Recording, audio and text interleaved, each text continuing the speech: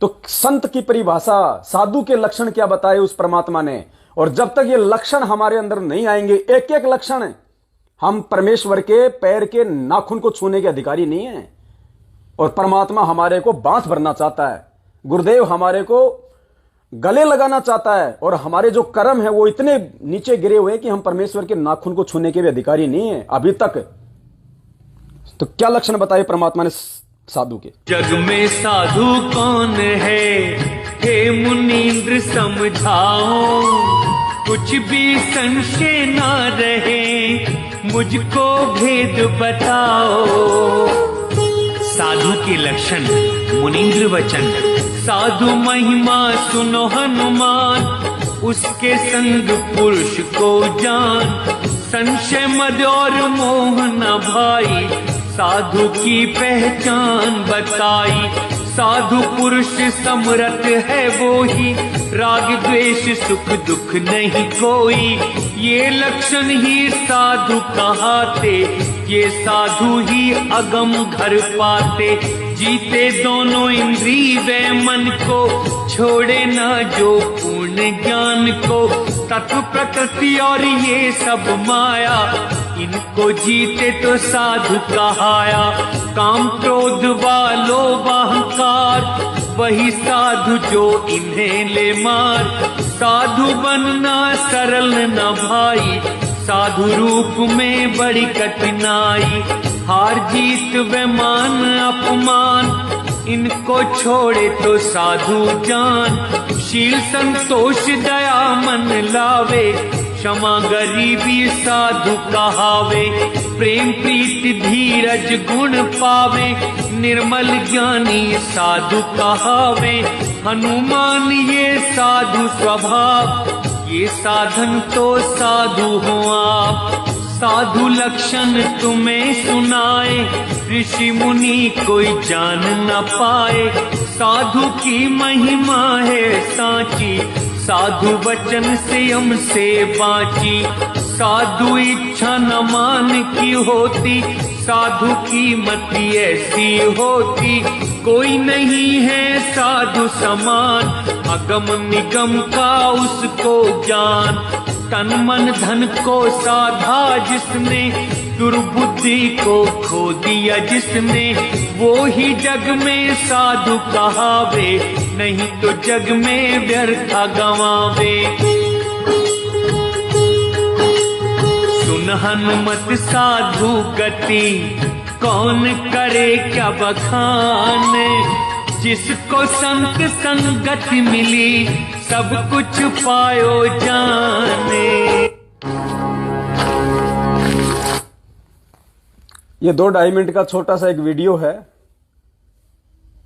और ये साधु के जो लक्षण इसमें बताए गए हैं पुण्यात्माओं, ये लक्षण हम भगत अपने एडी से लेकर चोटी तक धारण करें। 27 साल से गुरुदेव ने यही प्रयास किया है, और कोई मकसद नहीं है गुरुदेव के रातों को जाग जाग के 4-4 घंटे 5-5 घंटे सत्संग करने का, दुनिया की गालियां खाने का, 2-2 बार जेल जाने का, आज इतना संघर्ष करने का। केवल एक ही लक्षण है परमात्मा का कि ये 2 मिनट की बातें हमारे समझ में आ जाएं, और ये लक्षण हम अपने ऊपर धारण कर लें। और ये लक्षण, इनकी पहचान संकट में होगी, दुख में होगी, आपत्ति में होगी, विपत्ति में होगी। अरे मालिक कहते हैं ना, भक्ति भाव भादो नदी, सबे चले गहराए, सरिता सोही जानिए जो जेठ मास ठहराए। जब बरसात का समय होता है तब मालूम नहीं पड़ता कि कौन नदी है। बरसात के समय में तो छोटा मोटा नदी नाला सब पानी से बह के चलते हैं, मालूम ही नहीं पड़ेगा। जेठ के महीने में पता चलता है कि कौन असली नदी है। जब जेठ के महीने में बरसात नहीं होती, पानी सूख जाता है, उस समय जिस नदी नाले में पानी बहता रहता है वो होती है असली नदी। तो भगत की पहचान उस समय होगी जब आपत्ति, दुख, संकट, परेशानियां, धर्म संकट की स्थिति, उस समय वो अपने गुरुदेव के बताए रास्ते पे चलता है, या अन्य किसी प्रकार से राजनीति का सहारा लेता है, और किसी घटिया जो है साधनों का सहारा लेता है, गुरुदेव के वचन को तोड़ के अन्य कोई मार्ग अपनाता है। उस समय पता चलेगा कि वो भगत है या क्या है। आश्रम में तो कोई राजनीति नहीं करता था, सब शनिवार के दिन कढ़ी चावल और रविवार को खीर फांकते थे। गुरुजी गुरुजी, भगत जी, ओए हो परमात्मा परमात्मा, मालिक मिल गया। अब 7 साल से पता चल रहा है कि किसने गुरुदेव को समझा। कौन गुरुदेव के बताए रास्ते पे चल पा रहा है, कौन घटिया राजनीति का हिस्सा बना हुआ है, कौन पीले पर्चों को अपना भगवान मान बैठा है, कौन गुरुदेव को अपना भगवान मान रहा है, कौन दाढ़ी मूछ वाले को भोग लगा के उसको भगवान मान रहा है, कौन अपने गुरुदेव को हलवाराम का भोग लगा के परमेश्वर के प्रतिदिन निकट आता जा रहा है। तो क्या लक्षण बताए? जग में साधु कौन है, हे मुनींद्र समझाओ, कुछ भी संशय न रहे, मुझको भेद बताओ। ये वार्ता जब परमेश्वर त्रेता युग में आए थे मुनिंद्र ऋषि का रूप बना के, तो हनुमान जी और मुनिंद्र ऋषि के रूप में उस कबीर परमेश्वर के बीच में वार्ता हो रही है। तो हनुमान जी ने उनसे ये बातें ये पूछी थी कि जग में साधु कौन है, जग में कौन भगत है, असली संत कौन है। जब परमात्मा ने उसको कहा हनुमान जी को कि भाई तू संत नहीं है, तू भगत नहीं है, तू श्री राम का भगत है, तू तीन लोक का भगत है, तू पूर्ण परमेश्वर वाली, तू भक्ति में भगत का तेरे ऊपर एक भी लक्षण नहीं हनुमान, तू चाहे कितना बड़ा सूरवीर हो, लेकिन मोक्ष वाली भक्ति के अंतर्गत जो भगत होना चाहिए वो लक्षण तेरे अंदर एक भी नहीं है। और परमात्मा ने उसको कहा कि तू भगत है। अरे तूने कितने लोगों को मौत के घाट उतार दिया वहां पे। अरे भगत तो चींटी को नहीं मार सकता, भगत तो चींटी को भी नहीं वो सता सकता, और तूने लंका में जाके लाखों को मार दिया। तू भगत है। वो पाप वो किसके सिर लगेगा हनुमान? तेरे सिर लगेगा। ये राम नहीं लेगा अपने ऊपर, राम तो खुद अपने भोगेगा जो उसने करोड़ों मार दिए, और तू अपने भोगेगा। वो 84 लाख में जाएगा, तू 84 लाख में जाएगा। तब हनुमान की आंखें फटी की फटी रह गई और कहा कि परमात्मा फिर संत कौन होता है, फिर भगत कौन होता है, लक्षण क्या है फिर उस भगत के। और पुण्यात्माओं ये जो वार्ताएं हो रही है उस समय, ये वार्ताएं सिर्फ आज आप और हमें समझाने के लिए हो रही हैं, क्योंकि ये परमात्मा ही सामने वाले के अंदर प्रेरणा करता है, जिसके कारण वो सवाल पूछता है। और वो सवाल इस परमात्मा ने आज पिछली पीढ़ी के लिए चुने। तो उन्होंने कहा कि जग में साधु कौन है, हे मुनिंद्र समझाओ, कुछ भी संशय ना रहे, मुझको भेद बताओ। कि उसको जानने के बाद मेरा कति संशय समाप्त हो जाए कि भगत होता कौन है, लक्षण क्या है।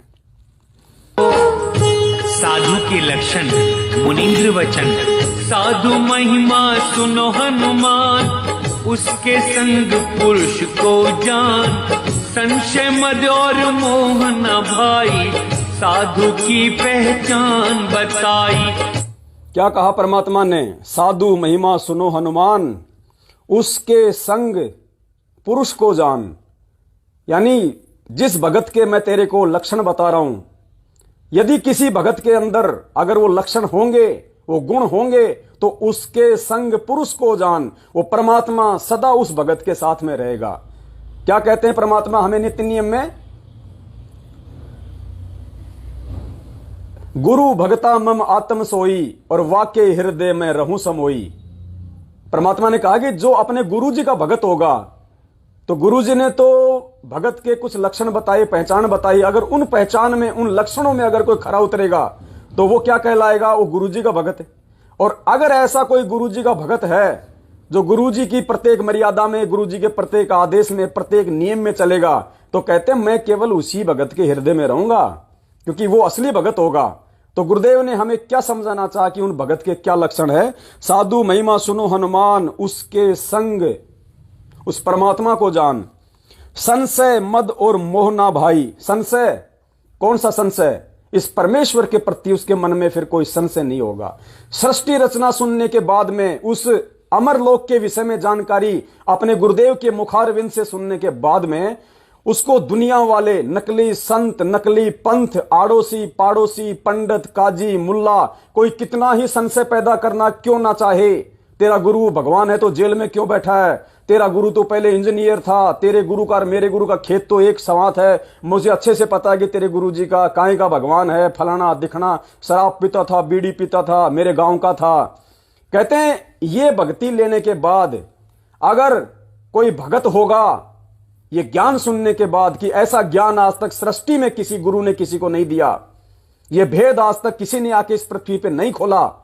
कहते हैं ऐसा ज्ञान, ऐसी सृष्टि रचना सुनने के बाद, ऐसे अनमोल सत्संग सुनने के बाद, अगर किसी व्यक्ति के मन में काल चाहे लाख प्रयास करे उस गुरु के प्रति, उस सतगुरु के प्रति मन में संशय पैदा करने की। अगर किसी व्यक्ति के मन में वो संशय पैदा नहीं होता है किसी भी कारण से, चाहे कोई कितना ही, चाहे कोई सामने वीडियो क्यों ना दिखा दे, सामने चाहे कोई वीडियो क्यों ना दिखा दे कि देख तेरा गुरु इस लड़की के साथ में निर्वस्त्र नंगा बैठा हुआ, देख वीडियो चला दे, पुण्यात्मा, उस समय भी आपके मन में संशय नहीं होना चाहिए और आपको यही विचार आने चाहिए कि नालायक, मेरा गुरु परमात्मा है और जितनी भी इस धरती पे स्त्री पुरुष हैं सब उसकी आत्मा, उसके बच्चे हैं। अरे नालायक, यहां पे तो तू वीडियो दिखा रहा है, ये आदमी को स्त्री के साथ नहीं, एक बाप अपनी बेटी के साथ बैठा हुआ है। अरे नालायक, जब 2 साल की बेटी होती है, बाप उसको नंगा करके उसको नहलाता है बाथरूम में, तो क्या तेरे मन में कोई संशय पैदा होती है?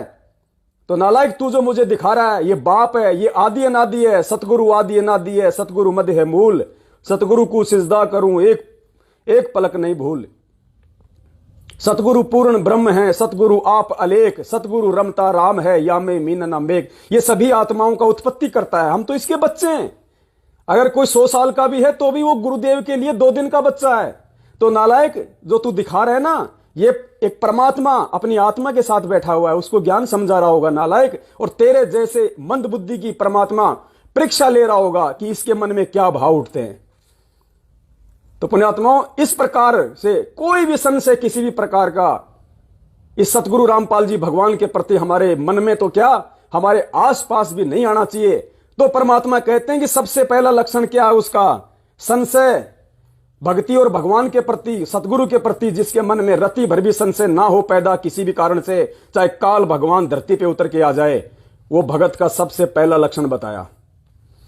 मद, आलस्य नहीं होना चाहिए भगत को किसी भी प्रकार का, कोई सेवा में, कोई भक्ति में, अपने सतगुरु के आदेश की पालना में, किसी भी प्रकार का उसको कोई मद नहीं होना चाहिए, आलस्य नहीं होना चाहिए। और मोह ना भाई, संशय, मद और मोह परमात्मा ने बताया कि इतना ज्ञान सुनने के बाद में हमारे को किसी भी चीज में मोह नहीं होना चाहिए, ना बेटा में, ना बेटी में, ना कार में, ना कोठी में, ना संपत्ति में, ना दुकान में, ना व्यापार में, ना इस दुनियादारी में। हमने केवल अपना फर्ज अदा करना है कि ये बेटा बेटी मेरे नहीं हैं।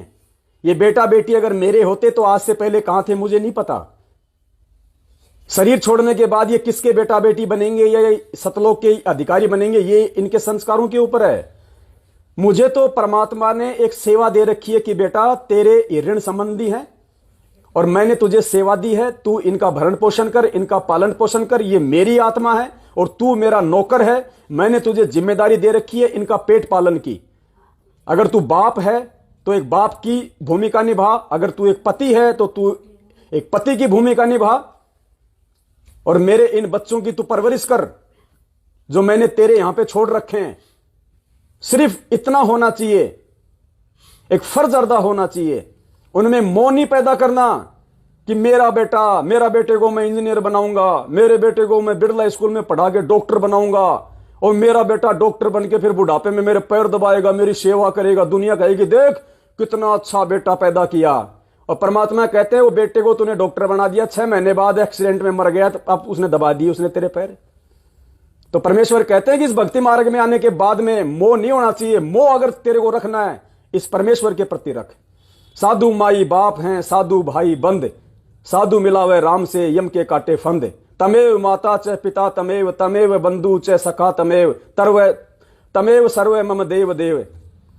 अगर बेटे की भूमिका भी कोई निभाएगा बुढ़ापे में तो यही सतगुरु रामपाल जी भगवान निभाएगा। त्रिलोचन भगत की कहानी सुनी होगी ना आपने। पहाड़ पे रहता था, दस्त लग गए, नौकर गांव चला गया।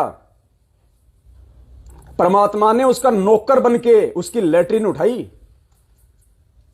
तो नौकर की भूमिका भी ये भगवान निभाएगा अगर आवश्यकता पड़ी तो। बेटे की भूमिका भी भगवान निभाएगा जब आवश्यकता पड़ेगी।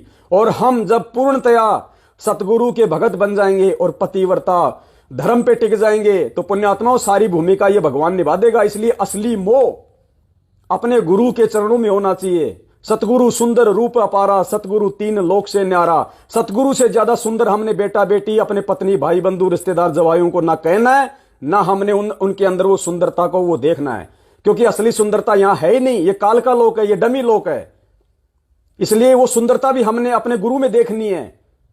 सतगुरु सुंदर रूप अपारा, सतगुरु तीन लोक से न्यारा। तो वास्तविक मोह हमारा अपने सतगुरुदेव जी के प्रति होना चाहिए। भगत भाई बहनों के प्रति भी एक दूसरे का किसी का मोह नहीं होना चाहिए। बार बार उसके पास जाना, उठना, बैठना, उसी से ज्यादा लगाव करना नहीं। वो लगाव केवल ज्ञान तक सीमित होना चाहिए कि मैं इससे कुछ सीखूं, मुझे कुछ मालूम पड़े अपने गुरुदेव के विषय में, गुरुदेव के ज्ञान के विषय में, मैं भी इसके जैसा बनने का प्रयास करूं, अपने गुरुदेव का असली दास बनने का प्रयास करूं। असली मोह इस परमेश्वर में, क्योंकि मालिक ने कह दिया जहां आशा तहां वासा होई, मन कर्म वचन सुमरियो सोई। अंत समय में जहां तेरी आशा होगी इतनी सी भी, वही काल तुझे पटक देगा। और अंत समय में अगर सतगुरु में आशा रही कंप्लीटली तो सतलोक में पटक देगा परमात्मा। तो साधु महिमा सुनो हनुमान, उसके संग पुरुष को जान, संशय मद और मोना भाई, साधु की पहचान बताई। साधु पुरुष समरथ है वो ही, राग द्वेष सुख दुख नहीं कोई। ये लक्षण ही साधु कहाते, ये साधु ही अगम घर पाते। साधु पुरुष समर्थ है वो ही, साधु पुरुष यानी जो भगत होगा और जिसके अंदर ये लक्षण आ जाएंगे तो परमात्मा कहते हैं कि वो पीव के समान हो जाएगा। गुरु को कीजिए दंडवत, कोटि कोटि प्रणाम, कीट न जाने भृंग को गुरु कर ले आप समान। गुरुदेव ने सत्संग में बताया कि जीव जो है वो पीव नहीं बन सकता। पीव यानी परमात्मा, जीव यानी हम। तो गुरुदेव ने कहा कि जीव जो है वो पीव नहीं बन पाएगा, लेकिन अगर उसने वो लक्षण अपने अंदर धारण कर लिए तो पीव के जैसा बन जाएगा। जैसे गुरुदेव ने कहा कि चुंबक तो चुंबक होती है, लेकिन लोहा यदि काफी समय तक उसके संपर्क में रहता है और फिर उसको लोहे को चुंबक से हटा दिया जाए तो उसमें भी चुंबक वाले थोड़े बहुत गुण आ जाते हैं। वो लोहा भी दूसरे लोहे को अपने से चिपकाने लग जाता है। वो चुंबक नहीं बन सकता, लेकिन चुंबक के उसके अंदर वो गुण आ जाते हैं। तो इसी प्रकार जो ये संशय, ये मद मोह, इनसे जब दूर होता चला जाएगा तो कहते हैं वो समर्थ, उस पुरुष, उस भगवान के समान दिखाई देने लग जाएगा। वो ऐसा समर्थ की तरह वो समर्थ होता हुआ नजर आएगा। राग द्वेष सुख दुख नहीं कोई। परमात्मा कहते हैं हर्ष सोग है समान गति, संशय सरब शरीर, और राग द्वेष बड़े रोग हैं, यम के पड़े जंजीर। और मालिक कहते हैं एक शत्रु एक मित्र है, भूल पड़ी रे प्राण, यम की नगरी जाएगा शब्द हमारा मान। तो राग द्वेष और ईर्ष्या पुण्यात्माओं, ये तो सबसे बड़े शत्रु हैं। ये तो भक्ति मार्ग में भगत के लिए सबसे बड़ा कांटा है। चाहे हमारा कोई कितना ही अनिष्ट क्यों ना करे, कोई कितना ही बुरा करने की क्यों ना सोचे, हमारे साथ कोई कितना ही बैर भाव क्यों ना करे, कोई जगत वाला हो, चाहे रिश्तेदार हो, चाहे कोई भगत हो, परमेश्वर ने बताया कि तुम्हारा उनके प्रति वो स्वभाव नहीं होना चाहिए। तुम साधु हो। साधु का मतलब होता है साधु सोई जो सीधा चाल है, साधु जो सहन करता है। परमात्मा ने क्या कहा कि भक्ति मार्ग में सूरवीर कौन होता है? आमतौर पे हम सूरवीर का नाम आते ही जानते हैं कि जिसने 150 को मार दिया हो, जिसने युद्ध में 100-150 को काट दिया हो, जो बात बात पे थप्पड़ मुक्का मार दे, वो सूरवीर नहीं। परमात्मा ने कहा कि भक्ति मार्ग में जो सहन करता है उसको सूरवीर कहते हैं। जो संघर्ष करता है सच्चाई के लिए उसको सूरवीर कहते हैं। लोगों को जो मार दे, जो काट दे, उसको कायर कहते हैं, उसको मूर्ख कहते हैं। वो नरक की खानी में जाता है। और मालिक ने कहा कि सूरवीर वो होता है भक्ति मार्ग में जो सहन करता है। कोई आपको तो गाली निकाल दे, आपने सहन कर लिया, परमात्मा कहते हैं तेरा मानसिक वो तप बन जाएगा। तेरे को 2 थप्पड़ मार दिए, तू चुप रहा, ये तेरा शारीरिक तप है क्योंकि तूने सहन किया। तू सूरवीर है परमात्मा का असली। भगवान ने सूरवीर बन के दिखाया। 2 बार जेल गए, रिमांड हुआ, परमात्मा ने किसी को बद्दुआ नहीं दी। अरे वो परमात्मा संत रामपाल जी भगवान फूक मार दे तो 21 ब्रह्मांड उड़ जाएं। जाके अर्ध रूम पर सकल पसारा, ऐसा पूर्ण ब्रह्म हमारा। वो पूर्ण ब्रह्म कोई और नहीं है, कोई सतलोक में नहीं है, हिसार जेल में बैठा हुआ जिसके आधे बाल के बराबर पूरी सृष्टि नहीं है। और वो परमात्मा 2 कोटि के जीवों का अपने ही बच्चों के रिमांड के दौरान डंडे खा रहा है और उनको बद्दुआ तक नहीं दे रहा। तो ये सूरवीर कौन हुआ? वो लक्षण उस परमेश्वर में। और वो लक्षण जब तक हम अपने अंदर नहीं लेके आएंगे, हम उस परमेश्वर के भगत कहना लेके लायक नहीं बन सकते। ये तो परमात्मा ने बताया हर्ष सोग है समान गति। ये तो वो कुत्ते वाली गति है। तेरे को गाली निकाली, तूने 4 ठोक दी, तेरे को थप्पड़ मारा, तूने 2 और मार दिए। ये राग द्वेष ईर्ष्या, ये परमात्मा ने ये कुत्ते के लक्षण बताए, भगत के लक्षण नहीं है। तो परमात्मा ने कहा साधु पुरुष समर्थ है वो ही, राग द्वेष सुख दुख नहीं कोई। सुख और दुख, भगत समभावी होता है। गुरुदेव ने बताया भगत समभावी होता है।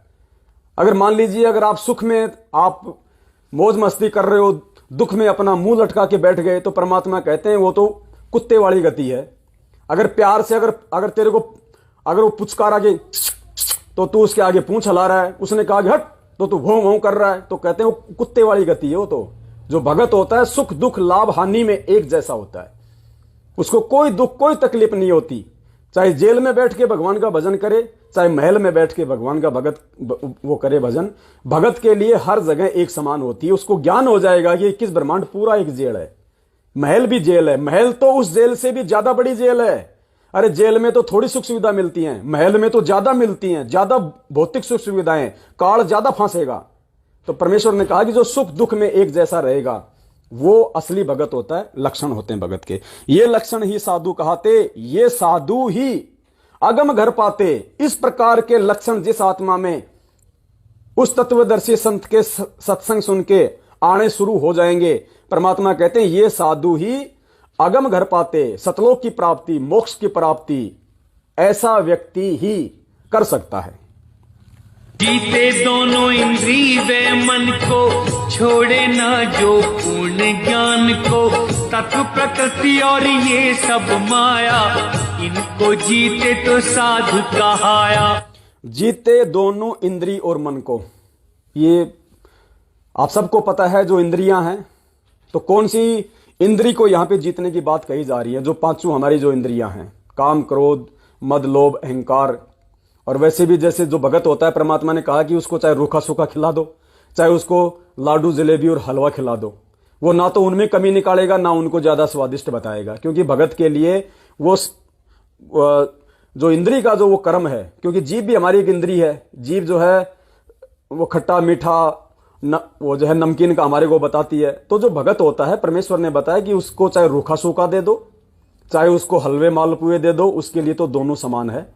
वो किसी में कोई अंतर कोई भेदभाव नहीं करेगा। जिस प्रकार पांडवों की उस यज्ञ में जब हमारे कबीर परमात्मा सुदर्शन के रूप में गए, तो द्रौपदी ने कितना अच्छा भोजन बनाया, कचौड़ी पकौड़ी समय से लाडू जलेबी 56 प्रकार के। भगवान ने उसका अहंकार तो तोड़ना था और आज हमारे को यह दिखाना था।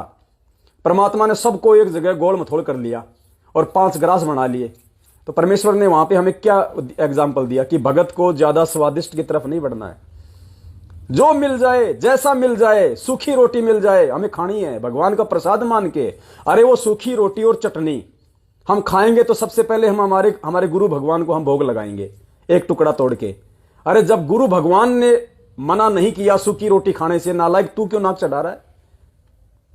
तो इस प्रकार से साधु को संभावी होना है इंद्रियों को लेके। फिर दूसरी बात, जब ये ज्ञान हो जाए तो परमात्मा ने कहा कि जब आपके मान लीजिए आपकी शादी हो गई, आपके बाल बच्चे हो गए, उस स्थिति के बाद अगर आपको ज्ञान है तो आपने फिर जो है भाई और बहन के रिश्ते में आ जाना। फिर पुण्यात्माओं, ये दास जो बातें बोल रहा है ये उतनी बोलेगा जितना, क्योंकि दास आपको पहले भी बोलता है बार बार, ये मार्ग इस परम पिता इस परमात्मा का है। करनी तज कथनी कथे अज्ञानी दिन रात, कुत्ते जू भौंकत फिरे सुनी सुनाई बात है।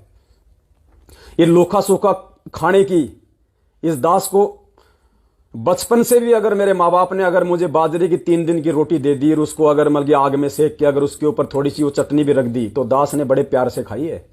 ये भक्ति में आने की तो बाद की बात है। उससे पहले भी दास के अंदर ये नहीं था कि मैं ये सब्जी, आज तक का मेरा रिकॉर्ड है।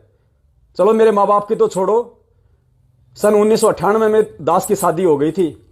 मेरी भक्तमती तो है मेरे साथ में, जो आज जो है मतलब कि भाई और बहन का हमारा जो है वो रिश्ता है। आप उससे कभी पूछ लेना, आज तक अगर जिंदगी में मैंने कभी उससे अगर किसी सब्जी की अगर डिमांड की हो, तो कभी कहा हो कि गेहूं की रोटी बना दे, बाजरे की रोटी बना दे, हलवा बना दे, खिचड़ी बना दे, रिकॉर्ड है इस दास का। जैसा दे दिया मेरे को, प्याज और रोटी दे दी, दास ने खा लिया, पी के पानी सो गया। कभी नहीं कहा कि आज सब्जी क्यों नहीं बनाई, सब्जी घर में थी फिर सब्जी क्यों नहीं बनाई, नहीं। हलवा मिल गया, दास ने हलवा खा लिया चुपचाप। ये आज से नहीं, ये पहले से हैं। और ये जो इंद्री वाला जो है, ये तो अब तो परमात्मा ने दया कर दी। दास के तो वैसे भी 18 साल का बच्चा है, बड़ा वाला, छोटा जो है मतलब 13 साल का है। तो अब दास को अगर पहले भगवान का ज्ञान मिल जाता, दास तो पहले ही इस गंदगी से कोसों दूर हो जाता। और नहीं, और शादी भी नहीं होती। अगर उस समय भगवान मिल जाता, पुण्यात्मा, मैं तो इस पचड़े में बिल्कुल नहीं पड़ता, मैं तो परमात्मा की भक्ति करता अपनी। लेकिन मालिक ने उन आत्माओं को भी लेके आना था। अब जब ज्ञान हो गया तो दास ने अपनी भक्तमती से भाई बहन का रिश्ता कायम कर रखा है मालिक की दया से। इतना आनंद है अब, और पहले इतना पुण्यात्मा, क्योंकि सद्बुद्धि नहीं आ सकती उससे पहले, जब तक आप उस इंद्रिय कर्म में आप जीव घुसे रहेंगे बिना ज्ञान के। क्योंकि परमात्मा कहते हैं कि भग भोग्या भग उपजय, भग यानी योनि, स्त्री योनि। परमात्मा कहते हैं भग भोग्या भग उपजय।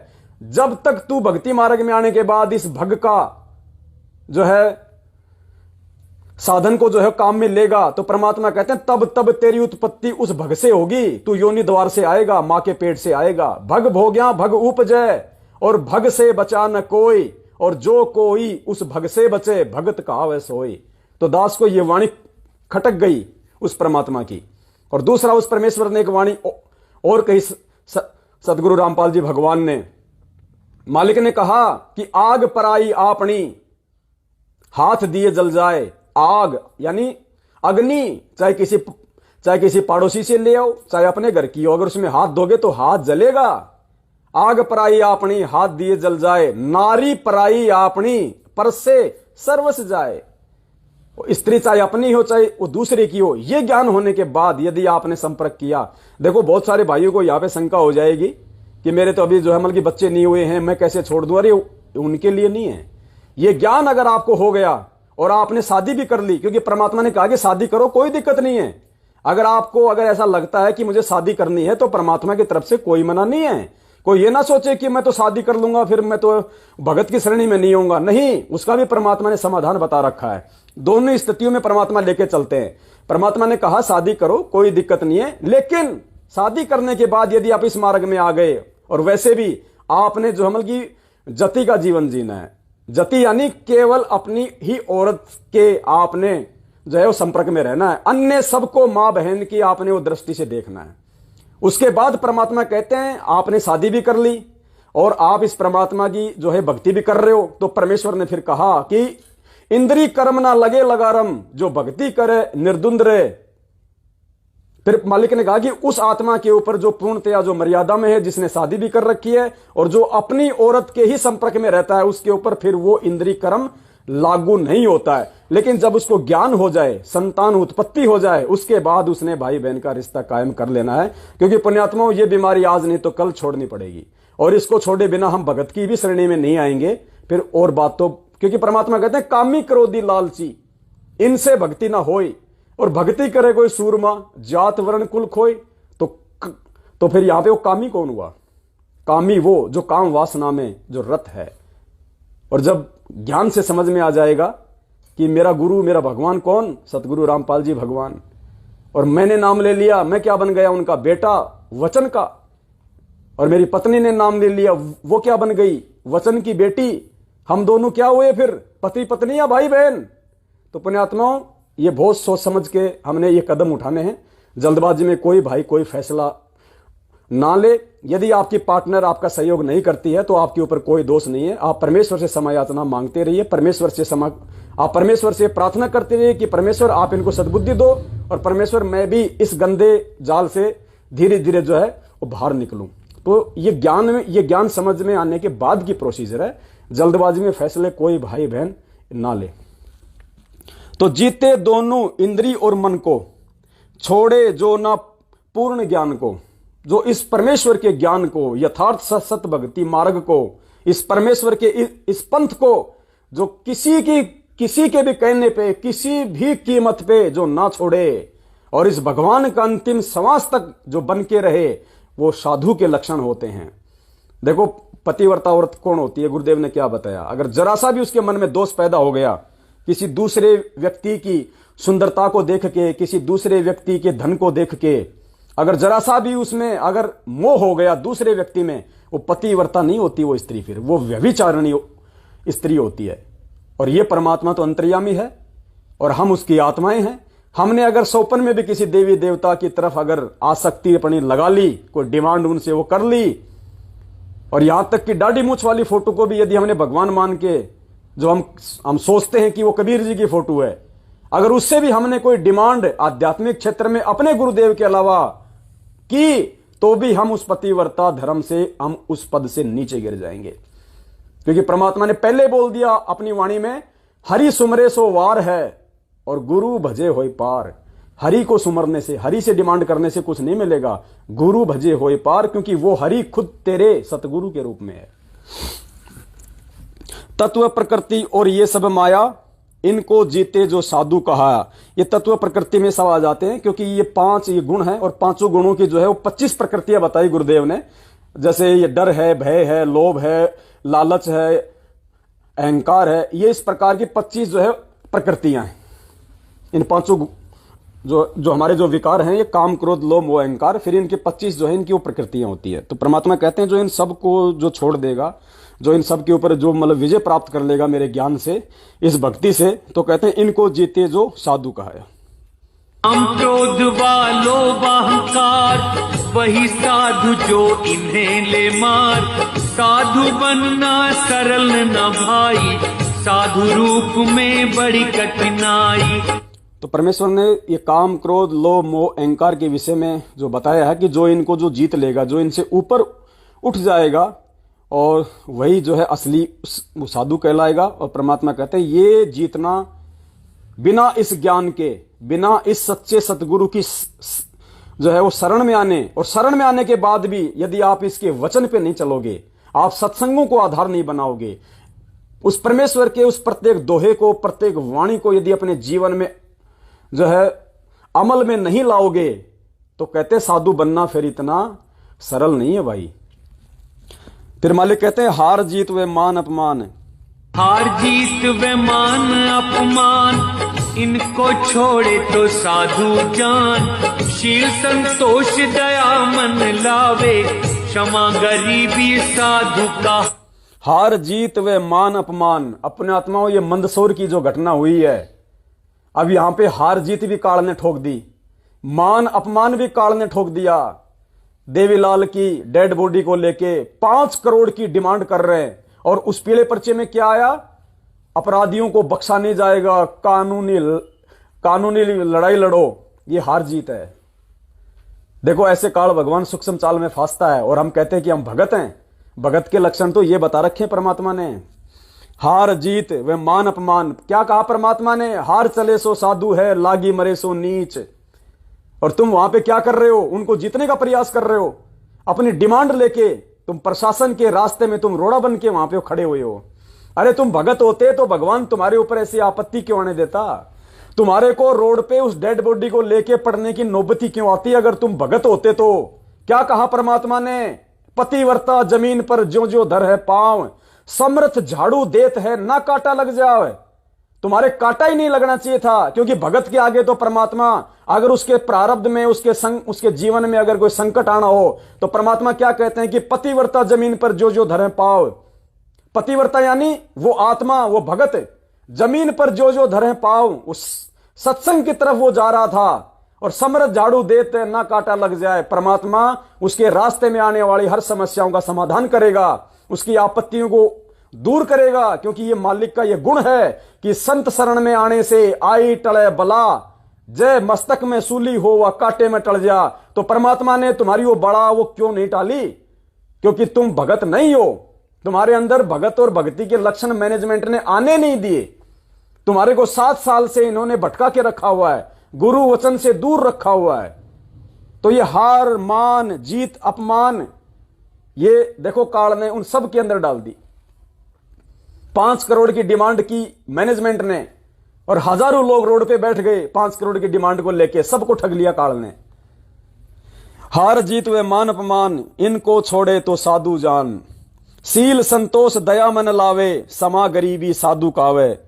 अब ये तो सील संतोष दया, जब अगर वो पहले वाले इतने जो गुण बताए परमात्मा ने, अगर वो ही नहीं आ रहे, तो सील संतोष दया ये कहां से आ जाएंगे।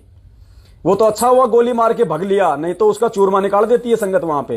वो वीडियो भी है दास के पास में, जो उनके पीछे भग रहे भगत ले लेके लठ गालियां निकाल रही है माता बहने की, पकड़ो कुत्तों को, पकड़ो कुत्तों को। भगत लठ लेके भग रहे उनके पीछे। वो तो अच्छा हुआ वो भग लिया गोली मार के, संगत उसका चूरमा निकाल देती।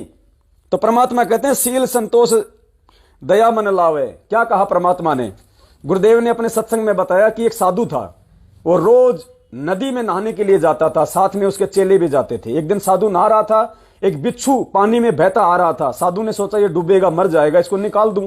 साधु ने उसको पकड़ के बाहर फेंकने की कोशिश की तो उसने डंक मारा, साधु के खून आ गया। साधु ने फिर पकड़ा, फिर डंक मारा, फिर पकड़ा, फिर डंक मारा। 5-7 बार ऐसा किया। शिष्य देख रहा था।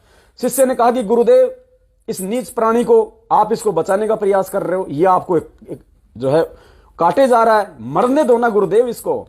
तो गुरुदेव ने कहा कि संत ना छोड़े संतता, चाहे कोटि की मिले संत। उस साधु ने कहा, अरे भाई ऐसी बात नहीं है, देख ये एक जानवर है, ये एक जीव है और इसका स्वभाव है डंक मारना। और जब ये अपनी प्रकृति को नहीं छोड़ रहा, ये अपने स्वभाव को नहीं छोड़ रहा जो इसके अंदर उस परमेश्वर ने दिया है, इसका स्वभाव है लोगों को मारना, लोगों को डंक मारना, लोगों को काटना, और ये उस स्वभाव को छोड़ के लोगों से प्यार नहीं कर रहा, ये परमेश्वर के आदेश की पालना कर रहा है, अपने स्वभाव को नहीं छोड़ रहा ये।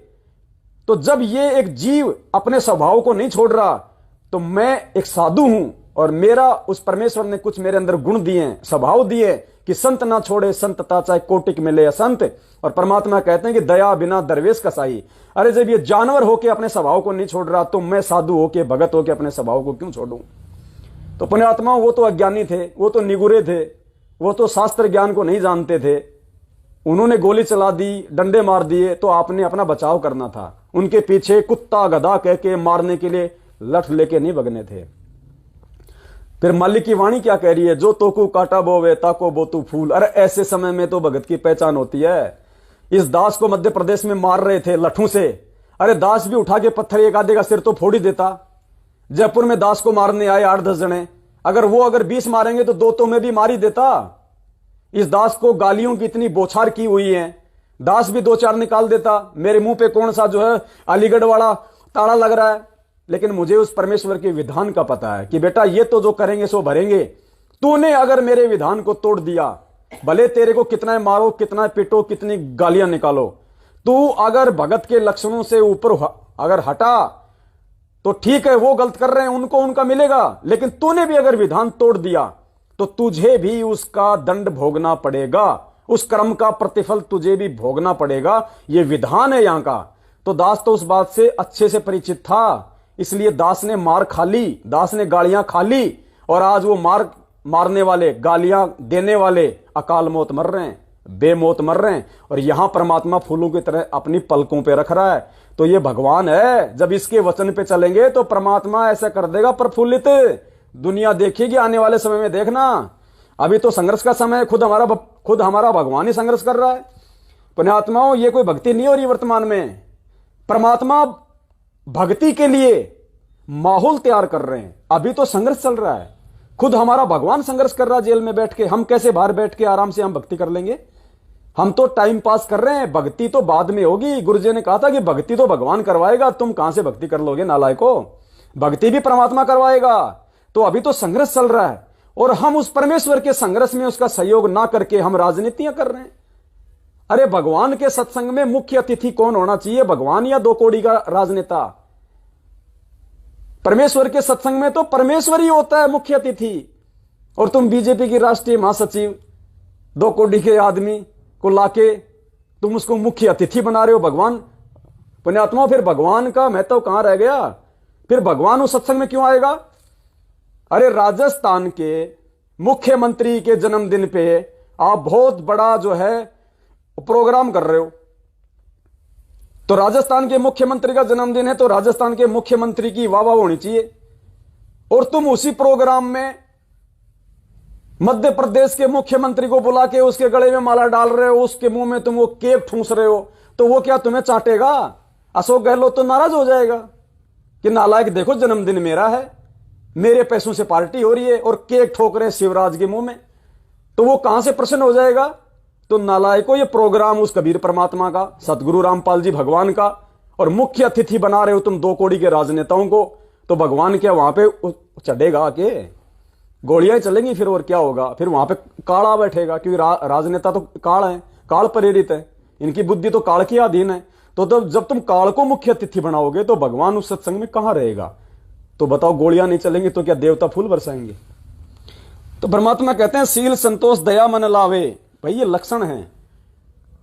परमात्मा इसीलिए हमारे को सुबह सुबह नित्य नियम पढ़ाते हैं कि सारा दिन तुमने लोगों के साथ में, जहां तुम काम करते हो, जिस क्षेत्र में तुम रहते हो, जिन जिन लोगों से तुम्हारा पाड़ा पड़ता है, उन लोगों के सामने तुमने किस प्रकार से अपना जीवन जीना है, कैसा वार्तालाप करना है, कैसा उनके साथ में तुमने अपना मल व्यवहार रखना है। इसलिए तुमको नित्य नियम पढ़ाया जाता है कि ताकि तुम मार ना खा जाओ।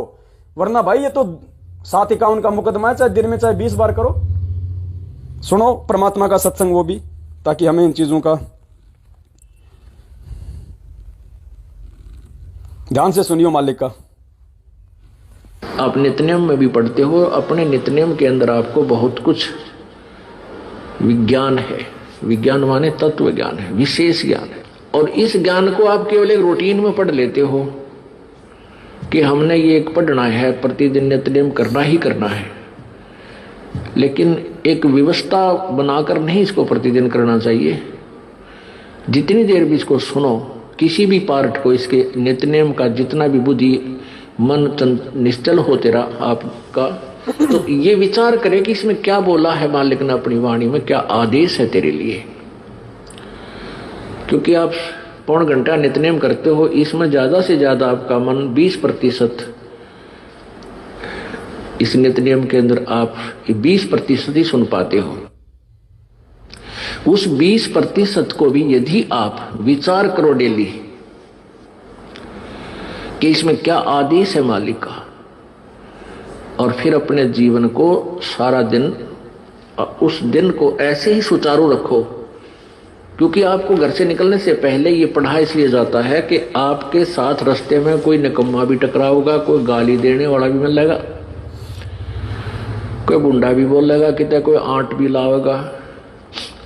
तो उनके साथ आपने कैसे व्यवहार करना है। आवत गाली एक है, उल्टा हो अनेक, और कह कबीर ना उलटी हुआ रहे एक की एक। इसको पढ़ना नहीं है।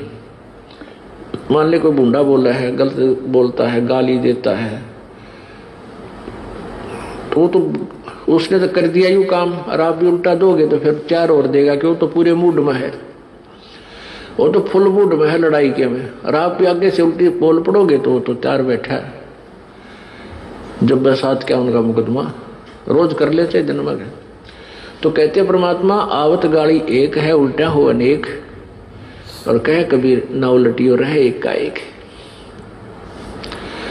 और देख आगे कितनी प्यारी बात कही है। गाली ही से उपजे कलह, कष्ट और मौत, मृत्यु तक तो पहुंच जाती है एक छोटी सी गाली। गाली ही से उपजे कलह, कष्ट और मीच, हार चले सो संत है, लाग मरे सो नीच। हम भगत भी हैं, और दूसरा में बुंडा अच्छा बोल रहा है, और उसने मान लिया किसी किस कह दिया, हमने उसका 2 दड़ाक धर दिए, उल्टे भी बोल दिए, फिर वो मारण पर उतारू हो गए, फिर हमने उठोक दिया। हो सकता है आप उसे तगड़े भी हो और अच्छा भी संवार दो, फिर आप में उसमें कसर के रहेगी। आप तगड़े भी हो और आपसे हल्का आदमी भी आपने बुढ़ा अच्छा बोला है, उसने बालक समझ के, अनजान है, उससे बचो। तो इन नित्य नियम करने का डेली हमें जो पाठ करते हैं, इससे ज्ञान यज्ञ तो होता ही है। ज्ञान यज्ञ के साथ हमने समाधान भी इसका साथ पैरेलल करना पड़ेगा, तभी इसके पढ़ने का लाभ है। एक लाभ तो हो गया ज्ञान यज्ञ का, और उसके ऊपर अमल हमने किया नहीं, उसका काम फिर सारा बिगड़ गया। तो कहते हैं ये बातें कहन सुन के नहीं भाई, ये कर पाड़न की है। तो पुण्यात्मा आपके समझ में आ गया होगा गुरुदेव हमें कितनी सरल भाषा में इन बातों को समझा रहे हैं, जो बातें दास आपको इन वाणियों के माध्यम से जो बताने का जो प्रयास कर रहा है। तो बातें वही हैं, हम इन वाणियों को हम ज्यादा महत्व दे देते हैं क्योंकि मीठी मीठी आवाज लगती है, बैकग्राउंड में म्यूजिक चलता है, लेकिन असर केवल अपने गुरुदेव के मुख कमल से सुनी हुई बातों का ही होगा। तो दास गुरुदेव के सत्संगों को चाहे दास आधा घंटा सुने, लेकिन दास उस ध्यान से सुनता है जैसे आप इन वाणियों को ध्यान से सुनते हो। तो दास के लिए तो ये वाणियां महत्वपूर्ण नहीं है, दास के लिए तो गुरुदेव के सत्संग महत्वपूर्ण है। अब ये इसमें सील संतोष विवेक मोह ममता जीत हार मान अपमान परमात्मा इनको सीधे तौर पे बता गए। तो बात वही है, इसलिए परमात्मा कहते हैं कि जब सत्संग सुनो तो एकाग्रचित होकर सुना करो कि इसमें क्या कहा जा रहा है, गुरुदेव हमें क्या समझाना चाहते हैं, क्या बताना चाहते हैं। तो हार जीत व मान अपमान इनको छोड़े तो साधु जान, शील संतोष दया मन लावे, समा गरीबी साधु कहावे। गरीबी पुण्यात्माओं बहुत गहरा है ये आध्यात्मिक रहस्य परमपिता परमेश्वर का। कईयों का तो नेट खत्म हो गया, और इस 2 मिनट के इन वाणियों पे अगर हम चाहें तो 5 घंटे की साथ संगति हमारी हो सकती है, कम से कम 5 घंटे की। लेकिन दास शॉर्ट में लेना चाहेगा, क्योंकि परमेश्वर के सत्संगों के जब तक उदाहरण नहीं दिए जाएंगे हम समझ नहीं पाएंगे। समा गरीबी साधु कहावे। पुण्यात्माओं, जो व्यक्ति सतलोक आश्रम मैनेजमेंट हरियाणा के पीछे हैं, या वैसे भी जो उनके पीछे नहीं है, और हो सकता है उनकी पारिवारिक स्थिति बहुत अच्छी होगी, काम धंधा बहुत अच्छा चल रहा है, अगर ऐसा कोई भगत भाई बहन है तो विचार कर लेना वो गुरु मर्यादाओं से दूर है। अगर आप परमेश्वर के भगत हो और परमेश्वर की मर्यादाओं में हो, और अगर आप गुरु जी की अगर मेहर आपके ऊपर है, अगर गुरु जी की मेहर आपके ऊपर है तो इसकी एक पहचान है, आप उससे डिसीजन ले सकते हो कि गुरु जी की मेरे ऊपर मेहर है या नहीं, मैं गुरु मर्यादाओं में चल रहा कि नहीं चल रहा हूं। एक वाणी परमात्मा की, कौन सी वाणी? साईं इतना दीजिए जिसमें कुटुंब समावे, हम भी भूखे ना रहें साधु न भूखा जाए। इस मार्ग में आने के बाद अगर आपकी 2 फैक्ट्रियां हैं उसको 1 कर दो। अगर भगवान चाहिए, भक्ति चाहिए, अगर 2 फैक्ट्रियां हैं तो 1 कर दो, और जितना समय तुम दूसरी फैक्ट्री में देते थे वो समय परमात्मा की भक्ति में लगाओ, और कोशिश करो उस 1 फैक्ट्री में से भी तुम और समय इस परमात्मा की भक्ति को दे सको, उतना ही उसमें काम धंधा करो जितना कि तुम्हारा रोजी रोटी का काम चल जाए, तुम्हारी जो आवश्यक जो इच्छाएं हैं वो पूर्ति हो जाए। कम से कम कोशिश करना। और तुम सोच रहे हो कि मेरे तो परमात्मा ने 1 फैक्ट्री और खुलवा दी, मेरा तो परमात्मा ने इतनी जमीन और दिलवा दी। नहीं, तुम काल के मुंह में जा रहे हो। परमात्मा की मेहर नहीं है तुम्हारे ऊपर, इसका एग्जाम्पल दिया उस परमात्मा ने। पुण्यात्मा इतिहास उठा के देख लेना, परमात्मा ने जो लोग अरस के ऊपर थे और जिनको परमात्मा ने भक्ति करवानी थी, परमेश्वर किसी भी कारण से उनको नीचे फर्श पे लेके आए हैं। माया में भक्ति नहीं हो सकती, धन में भक्ति नहीं हो सकती। इतिहास उठा के देख लेना, इब्राहिम सुल्तान का उठा के देख लो। राजा से परमात्मा ने ऐसी स्थिति में ला दिया, जंगल से लकड़ियां तोड़ता, बाजार में बेचता, झोपड़ी में रहता। नरसिंह भगत 56 करोड़ की माया थी, आज से 500 साल पहले, 3 जो भी समय था, 56 करोड़ आज का अनिल अंबानी फैल। ऐसी स्थिति में ला दिया परमात्मा ने। खुद के लिए झोपड़ी के लिए भी पैसे नहीं रखे, गांव से बाहर जंगल में झोपड़ी बना के रहने लगा, मजदूरी करके खाने लगा। धर्मदास जी 17 अरब संपत्ति के मालिक थे, 17 अरब। आज के अंबानी, टाटा, बिड़ला सब फैल, सारे मिलके उनके पास में उतने पैसे नहीं होंगे जिस समय उसके पास में 17 अरब थे। सरकार को लोन देते थे।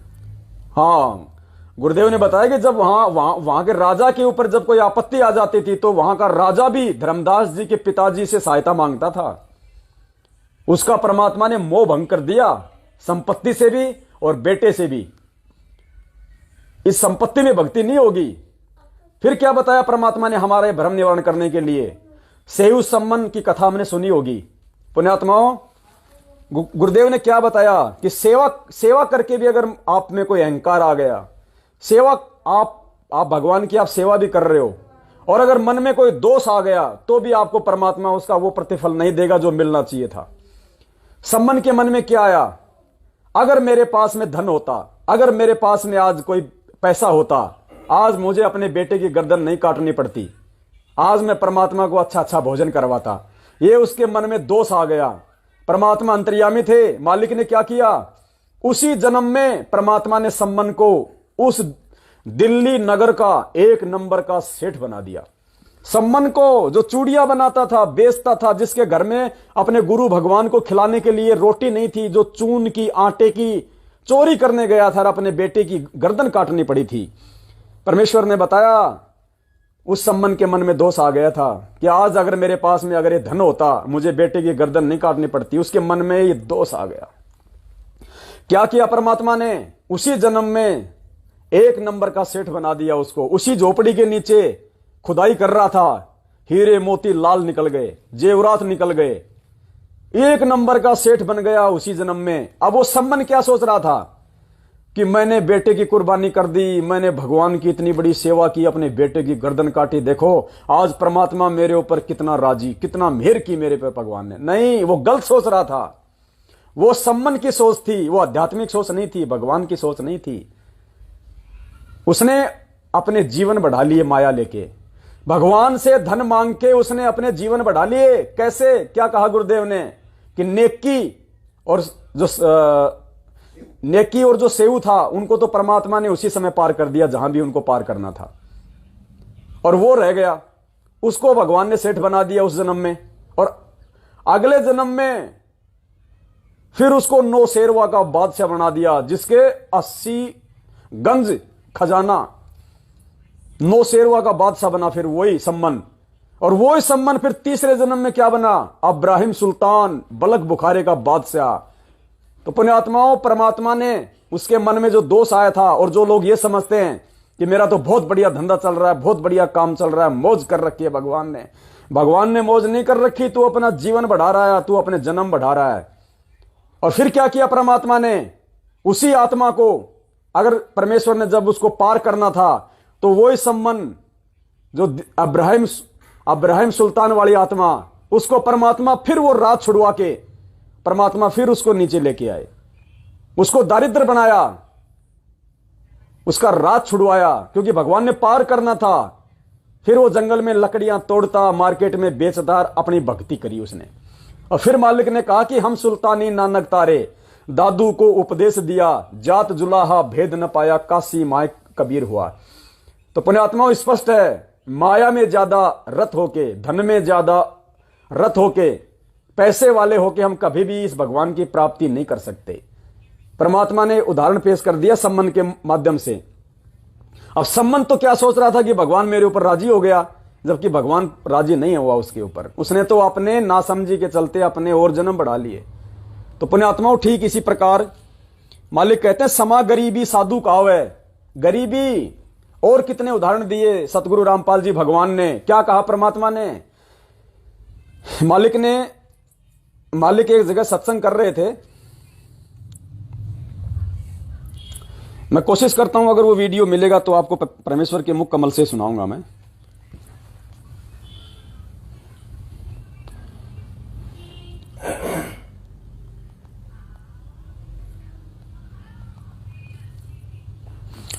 शायद नहीं है दास के पास में, वर्बली बताना पड़ेगा।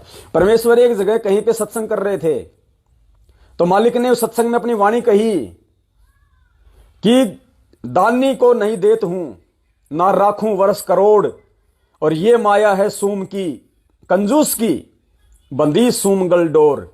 तो सत्संग में परमात्मा ने कहा कि जो मेरा भगत होगा और जो दान करेगा, उसको मैं धन नहीं दूंगा। दानी को नहीं देत हूं, ना राखूं वर्ष करोड़, उसको अधिक माया देके, अधिक सुख संपत्ति देके मैं उसको काल के जाल में नहीं फंसने दूंगा। दानी को नहीं देत हूं, ना राखूं वर्ष करोड़, ये माया है सूम की, ये कंजूस की है माया, बंदी सूम गल डोर, उसके पैरों की बेड़ियां हैं।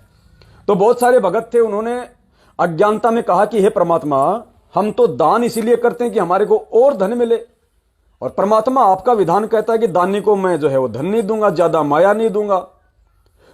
तो परमेश्वर फिर आप दानी को दोगे क्या? तो परमेश्वर ने बड़े ही सुंदर शब्दों में कहा कि दानी को तो देत हूं क्या? ज्ञान, ध्यान, विश्वास, भक्ति, गरीबी, बंदगी, ज्यों निपजे निज दास। कि जो मेरा भगत होगा, जो ज्ञान समझ जाएगा और जो दान करेगा, कौन सा दान? अपने आत्म कल्याण के लिए, कि धर्म तो दसके नहीं, दसके तीनों लोग, खैरायत में खैर है कीजिए आत्म पोख। जो अपने आत्म कल्याण के लिए दान करेगा, ज्योति करवाएगा, पाठ करवाएगा, ना कि अपने संकट निवारण के लिए, ना कि और ज्यादा धन प्राप्ति के लिए, ऐसा कोई भगत होगा जो अपने आत्म कल्याण के लिए 10वें अंश के रूप में अपने गुरुदेव को समर्पित करेगा कि भैया आज मैं अगर गुरुदेव को दूंगा तो कल को मेरे भाग्य में कोई संकट होगा तो परमात्मा इस दान के बलबूते पे मेरे संकटों का नाश करेगा। क्योंकि गुरुजी ने बताया कि कुछ हमारे पाप कर्म ऐसे होते हैं, कुछ संकट ऐसे होते हैं वो दान करने से ही कटेंगे, कुछ संकट ऐसे होते हैं वो नाम के सुमरण से ही कटेंगे, कुछ हमारे जो पाप कर्म ऐसे होते हैं वो जो है वो सत्संग सुनने से कटेंगे और उनका कोई इलाज नहीं है। तो फिर उसको ज्ञान हो जाएगा भगत को, वो अपने आत्म कल्याण के लिए कि मेरी भक्ति में मेरे ही भाग्य का कोई रोड़ा बीच में आके ना अड़ जाए, इसलिए वो 10वें अंश के रूप में या ज्योति पाठ के रूप में परमेश्वर के चरण कमलों में माया को अर्पित करेगा। तो फिर ऐसा जो भगत होता है उसको फिर ना तो कोई चाह होती है और ज्यादा उसकी कोई डिमांड होती है। तो फिर परमात्मा कहता है कि ऐसा कोई भगत होगा, ऐसा कोई दानी होगा कि दानी को तो देत हूं, उस दानी को जो निस्वार्थ भाव से निष्काम भाव से जो दान कर रहा है बिना किसी डिमांड के, बिना किसी इच्छा के। और मैनेजमेंट ने क्या कर रखा पुण्यात्मा, हमारे साथ में कितना बड़ा खिलवाड़ कर रखा है। आज जितने भी लोग ज्योति पाठ कर रहे हैं सब लोग मन में इच्छा पाल के कर रहे हैं, बिना इच्छा के कोई ज्योति पाठ नहीं करवा रहा सिवाय सत्सेवकों के। क्यों? ज्योति पाठ के आदेश किनको दिए जाते हैं? जो इनके प्रार्थनाओं के नंबर पे जो प्रार्थना लगाता है। तो प्रार्थना क्यों लगाते हैं? मेरे पेट में दर्द है, मेरी छोरी का रिश्ता नहीं हो रहा, मेरा मकान नहीं बन रहा, मेरा काम धंधा नहीं चल रहा, मेरी भैंस जो है पाडा नहीं दे रही, पता नहीं क्या क्या उजूल फिजूल डिमांड की जाती हैं। और फिर उधर से आदेश आता है ज्योति कराओ, पाठ कराओ, ज्योति कराओ, पाठ कराओ। अरे तो आपने निष्काम भाव से कहां कराया? आपने तो अपने मन में भैंस को पाडा होने की, छोरी को छोरा होने की, मकान बनने की, पेट का दर्द ठीक होने की, ट्यूबवेल में पानी होने की, खारा पानी हो गया, मीठा क्यों नहीं हुआ, ज्योति करवा दे, पाठ करवा दे। आप तो डिमांड करके मन में इच्छा रख के ज्योति पाठ करा रहे हो, तो वो निष्काम कहां है? तो काल आपको ठग रहा है। यह सूक्ष्म चाल है काल भगवान की। इसलिए परमात्मा हमेशा कहते हैं कि निष्काम भाव से शायद होगा सत्संग परमात्मा का। दास अभी सुना देता आपको।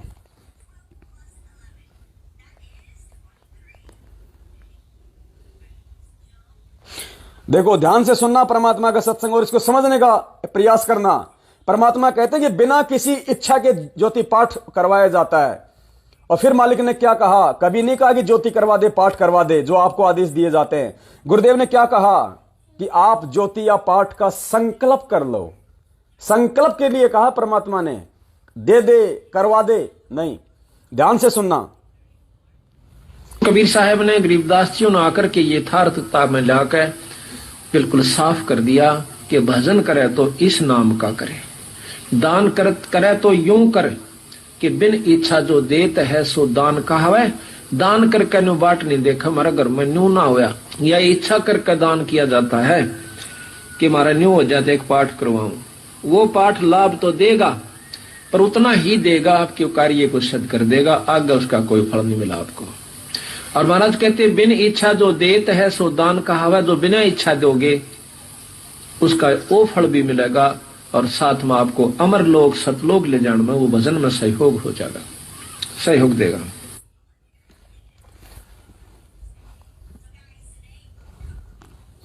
बिन इच्छा दो देत है सो दान कहावे, स्पष्ट कर दिया परमात्मा ने। समझदार को संकेत काफी होता है। और यहां जितने भी जो ज्योति पाठ मैनेजमेंट के द्वारा जो आदेश दिए जाते हैं वो उनकी प्रार्थनाओं पे दिए जाते हैं, उनकी इच्छाओं पे दिए जाते हैं कि मेरा ये नहीं हो रहा, मेरा वो नहीं हो रहा, मेरा वो हो जाए, मेरा ये हो जाए। तो वो तो इच्छा हो गई। और परमात्मा कहते हैं फिर वो मोक्ष में काउंट नहीं होगा। तुम्हारे आने वाले संकट में कोई रोड़ा होगा तो उसमें वो दान काम नहीं करेगा। वो तो तुम वर्तमान समय की जो डिमांड कर रहे हो उसी में तुम्हारे को राहत देगा परमात्मा। तो पुण्यात्माओं, इस प्रकार से काल भगवान इन प्रार्थनाओं के नाम पे भी संगत को ठग रहा है। ये भी बहुत बड़ी सूक्ष्म चाल है उसकी। ये बिना साध संगतियों के समझ में नहीं आ सकती। और अब हमारे सत्सेवक भाई बहन जो साध संगतियों में आते हैं और जो बिना किसी इच्छा के, बिना किसी डिमांड के धर्म भंडारों में सहयोग करता है, कोई 10 रुपया, कोई 1000 रुपया, कोई 10,000 रुपया, तो वो बिना किसी डिमांड के, बिना किसी इच्छा के अपना 5वां यज्ञ पूरा करने के लिए करता है। वो निष्काम है। उसका प्रतिफल परमेश्वर उसको सतलोक जाने में देगा। तो यहां का कहा समा गरीबी साधु कहावे। तो इसी प्रकार परमात्मा ने कहा कि दानी को नहीं देत हूं ना राखूं वर्ष करोड़, ये माया है सूम की बंदी सूम गलडोर। तो भगत ने कहा कि फिर दानी को आप क्या दोगे? जो निष्काम भाव से जो दान करेगा, बिना किसी इच्छा के जो ज्योति पाठ करवाएगा, तो परमेश्वर ने कहा दानी को तो देत हूं मैं ज्ञान ध्यान विश्वास। ज्ञान दूंगा उस पुण्यात्मा को, मुझे पहचान जाएगी, मुझे समझ जाएगी कि सतगुरु रूप में साक्षात कौन है इस धरती पे। ध्यान, उसका ध्यान यानी उसकी जो सोच है, उसका जो समर्पण है वो मेरे प्रति हो जाएगा, सत्संगों के प्रति हो जाएगा, इधर उधर उसका मन नहीं भटकेगा। ज्ञान ध्यान विश्वास, और जब ज्ञान ध्यान ठीक हो जाएगा तो विश्वास तो ऑटोमेटिक हो जाएगा, क्योंकि जिधर जानवर चलेगा पूंछ तो उधर ही चलेगी, पूंछ कभी ऊपरी दिशा में नहीं चलेगी। तो ज्ञान और ध्यान तो है इंसान, और फिर जो पूंछ हो गई वो पूंछ तो फिर पीछे पीछे चलेगी, फिर विश्वास तो ऑटोमेटिक होगा। फिर तो दानी को तो देत हूं ज्ञान ध्यान विश्वास, भक्ति गरीबी बंदगी। भक्ति गरीबी दूंगा उसको, क्योंकि परमात्मा कहते हैं सुख के माथे पत्थर पड़े जो नाम हृदय से जाए, और बलिहारी उस दुख पे जो पल पल नाम रटाए। तो मालिक कहते हैं मैं उसको गरीबी दूंगा। और फिर परमात्मा ने क्या कहा कि टोटे में भक्ति करे। टोटा यानी जिसकी स्थिति डामाडोल हो, टोटा जिसके कमी हो, थोड़ी थोड़ी कुछ न कुछ जिसके वो कमी हो। परमात्मा कहते हैं कि टोटे में भक्ति करे सोए सच्चा सपूत। और ये माया धारी मस्करे ना जाने कितने जालिए ऊत, ये माया चाहने वाले पता नहीं कितने गधे कुत्ते बन के घूम रहे हैं। और मालिक कहते हैं जो गरीबी में जो भक्ति करेगा, दारिद्री में जो भक्ति करेगा, वो मेरी प्यारी आत्मा होगी, उसको मैं सतलोक भेजूंगा। इसलिए डिमांड नहीं करनी चाहिए भगवान से। ये माया मांगना, बेटा मांगना, कार मांगना, कोठी मांगना, ये फिजूल के खर्चे हैं। कल को देखना जब ये ज्ञान हो जाएगा तो हमें गुड्डा गुड्डी नजर आएंगे, जो परमात्मा हमें समझाते हैं। तो इसी प्रकार इस वाणी में कहा गया सील संतोष दया मन लावे, समा गरीबी साधु कावे। इस प्रकार जो गरीबी में अपना जीवन जिएगा, जो टोटे में जीवन जिएगा, कि साईं इतना दीजिए जिसमें कुटुंब समाओ, हम भी भूखे ना रहें साधु न भूखा जाए। परमात्मा कहते हैं समा गरीबी साधु कावे, ऐसा व्यक्ति भगत कहलाएगा, साधु कहलाएगा। आवे प्रेम प्रीति धीरज गुण पावे, निर्मल ज्ञानी साधु कहावे। हनुमान ये साधु स्वभाव, ये साधन तो साधु हो आप। क्या कहा परमात्मा ने आगे? प्रेम प्रीति धीरज गुण पावे। प्रेम, परमात्मा कहते हैं अब वही बात है, ये प्रेम भक्ति। खैर वहां तो गुरुजी अपने मुंह बोले जो गुरुजी हैं, है ना, हमारे जो दादा गुरुदेव हैं, उनको एक शिष्य और गुरु परंपरा के तहत उनको भाव दे रहे हैं। अन्यथा ये प्रेम भक्ति कोई रामानंद जी नहीं लेके आए। जो परमात्मा अपनी वाणी में कहते हैं ना कि प्रेम भक्ति गुरु रामानंद लाए, नहीं, ये प्रेम भक्ति तो सतगुरु रामपाल जी भगवान लाए। अब कि वास्तव में जो प्रेम है वो क्या होता है, आज उन्होंने जो प्रेम की जो परिभाषा है वो आप और हमें बताइए, समझाइए। पुण्यात्माओं, ये ज्ञान समझने के बाद जो प्रेम, निष्पाप निश्चल प्रेम, जो अपने सतगुरुदेव जी के प्रति और अपने भगत भाई बहनों के प्रति जो प्यार और प्रेम आज आप और हमारे अंदर है, वो किसी दूसरे संत और पंथ के अंदर नहीं हो सकता, वो आज से पहले नहीं हो सकता था। तो ये प्रेम भक्ति, क्योंकि ये ज्ञान होने के बाद में निस्वार्थ भाव से इस परमार्थ के लिए यदि कोई सेवा करेगा, कोई भक्ति करेगा, तो केवल सतगुरु रामपाल जी भगवान का भगत कर सकता है, दूसरा नहीं कर सकता। बाकी सब स्वार्थ के ऊपर आधारित है। तो ये प्रेम भक्ति सतगुरु रामपाल जी ले आए, भरी कबीरा भरपूर, खुद ही कबीर है, खुद ने उसमें रंग भर दिया। तो प्रेम प्रीति धीरज गुण पावे। धीरज, धैर्य, मालिक कहते ना सील संतोष समा विवेक, ये 5 जो गुण हैं। तो ये जो धैर्य है, धीरज होनी चाहिए भगत को। किसी भी चीज को सोचे समझे, फिर उस पर अपना विवेक लगाए, उसके बाद फिर उस काम में हम आगे बढ़े। निर्मल ज्ञान ये साधु कावे। निर्मल ज्ञान, जिससे भी बात करे प्यार प्रेम से करे, जिससे भी बात करे परमात्मा की करे, फालतू की राजनीति की बात नहीं करे, इधर उधर की बात नहीं करे, जाटों के आरक्षण में जाके नहीं बैठे फालतू में, आनंदपाल की सीबीआई जांच में नहीं बैठना जाके हमारे को, देवीलाल की डेड बॉडी को लेके 5 करोड़ की डिमांड नहीं करनी चाहिए हमारे को। निर्मल ज्ञान ये साधु कावे। दुनिया तुम्हारा ड्रामा देख रही है, दुनिया तुम्हारा ढोंग देख रही है, लाइव चल रहा है, वहां पे मीडिया में आ रहा है। अरे सभी थोड़ी तुम्हारी तरह मूर्ख हैं। बुद्धिजीवी भी लोग समाज में रहते हैं, वो क्या कहेंगे? अरे यार ये लो, ये दुनिया को कहते हैं कि तुम्हारा मोक्ष हो जाएगा, खुद डेड बॉडी के 5 लाख मांग रहे हैं। पुण्यात्माओं, ये ढोंग देखो, एक तरफ तो ये कहते हैं कि संत रामपाल जी के जो भगत हैं वो जनहित के काम कर रहे हैं, रक्तदान कर रहे हैं, देह दान कर रहे हैं। यानी एक तरफ तो तुम देह दान करके और यह साबित करना चाहते हो कि हमारे लिए शरीर का कोई महत्व नहीं है, अगर ये दुनिया के काम आ जाए तो देह दान कर रहे हो, और दूसरी तरफ नालायक को मरने के बाद उसी देह के तुम 5 करोड़ मांग रहे हो। तो ये दो मुंह वाला गधा है। ये जीते जी भी तुम्हारा देह दान करवा के उन हॉस्पिटलों से खा रहा है, और मरने के बाद भी तुम्हारी देह के 5-5 करोड़ ले रहा है। पुण्यात्माओं, इस गधे से बचना ये बहुत डेंजर है। फिर मालिक क्या कहते हैं, हनुमान ये साधु स्वभाव, कि सुन हनुमान, ये होते हैं एक भगत के गुण, एक साधु के स्वभाव। ये साधन तो साधु हो आप। अगर हनुमान तेरे अंदर ये गुण है तो तू भी साधु है। तो हनुमान की तो आंखें फिर गई कि भगवान, मैं तो इनके आसपास भी नहीं हूं। मैंने तो जिंदगी में जो भी किया, लड़ाई दंगे किए, झगड़े किए, मैंने तो किसी का हाथ उखाड़ दिया, किसी की पूंछ उखाड़ दी। लंका में गए तो वहां पे 1500 मार के आ गया है। परमात्मा अगर किसी ने मेरे अगर इष्ट के विषय में कुछ बोल दिया तो मैंने उसको रपटा दिया। परमात्मा, मेरे अंदर ये गुण तो एक भी नहीं है जो आप बता रही है, ये तो मेरे एड़े नेड़े भी नहीं है। तो परमेश्वर ने कहा कि हनुमान ये साधु स्वभाव और ये साधन तो साधु हो आप। अगर ये गुण तेरे अंदर हैं तो तू साधु है। तब हनुमान जी की आंखें फिर गई कि भगवान, ज्ञान बता दो मालिक, मैं तो कहां दुनिया में, मैं तो भरम रहा हूं, मैं तो भटक रहा हूं। पुण्यात्माओं, दास इसीलिए बार बार कहता है 7 साल से कि जो परमात्मा कहते हैं ना कि लख भर सूरा जूझ ही लख भर सावंत दे, और लख भर यति जहान में तब सतगुरु शरणा ले। क्या कहा गुरुदेव ने इस वाणी के माध्यम से, लख भर सूरा जूझ ही, यानी लाखों बार आपने सूरवीरों के जीवन जिए हैं, लाखों सूरवीरों के जीवन जो आत्मा जीती है। लख भर सूरा जूझ ही लख भर सावंत दे, लख भर सावंत दे। सावंत दे गुरुदेव ने बताया कि ऐसा व्यक्ति जिसके हाथ उसके घुटनों से नीचे होते हैं, वो बहुत ज्यादा पुण्यकर्मी होती है वो आत्मा।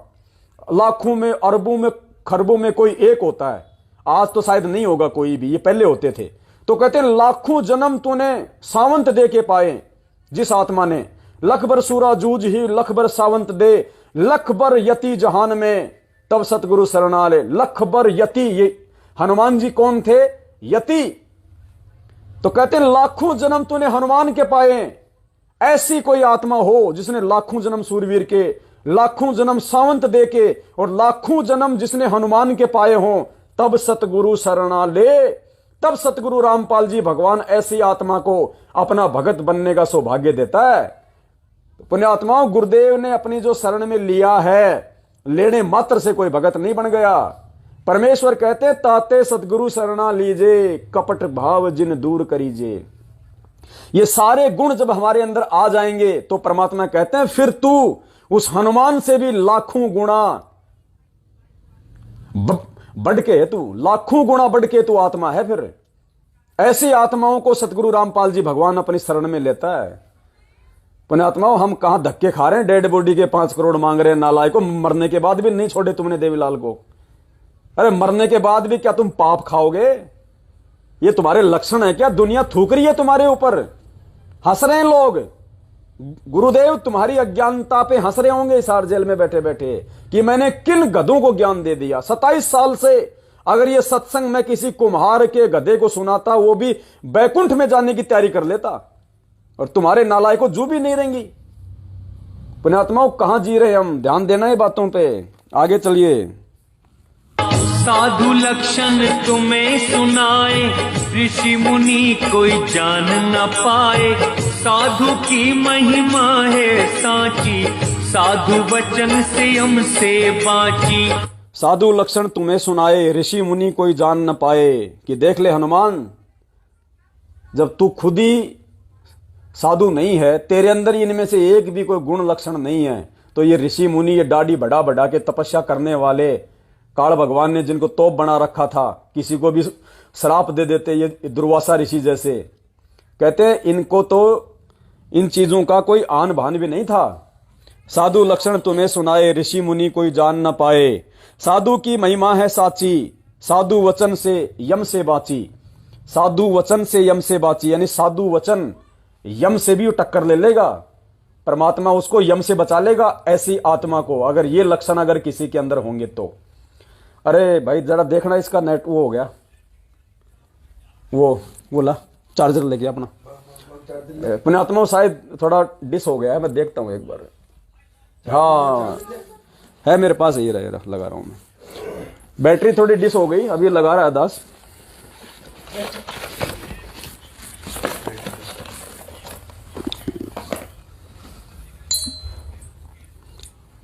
क्योंकि पुण्यात्माओं दास की तो अब मालिक ने यही सेवा दे दी है।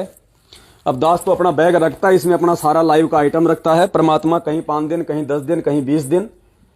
और जो बड़ा बच्चा है उसको परमात्मा के दया से 10-15 हजार की अभी कोई नौकरी लगा देंगे। एक भगत भाई से बातचीत हुई है, तो वो अपना घर खर्चा मालिक के दया से चलाएगा। दास की तो परमात्मा ने सेवा लगा दी है, दास तो मालिक के दया से ऐसे ही अपना संगत में सेवा में रहेगा।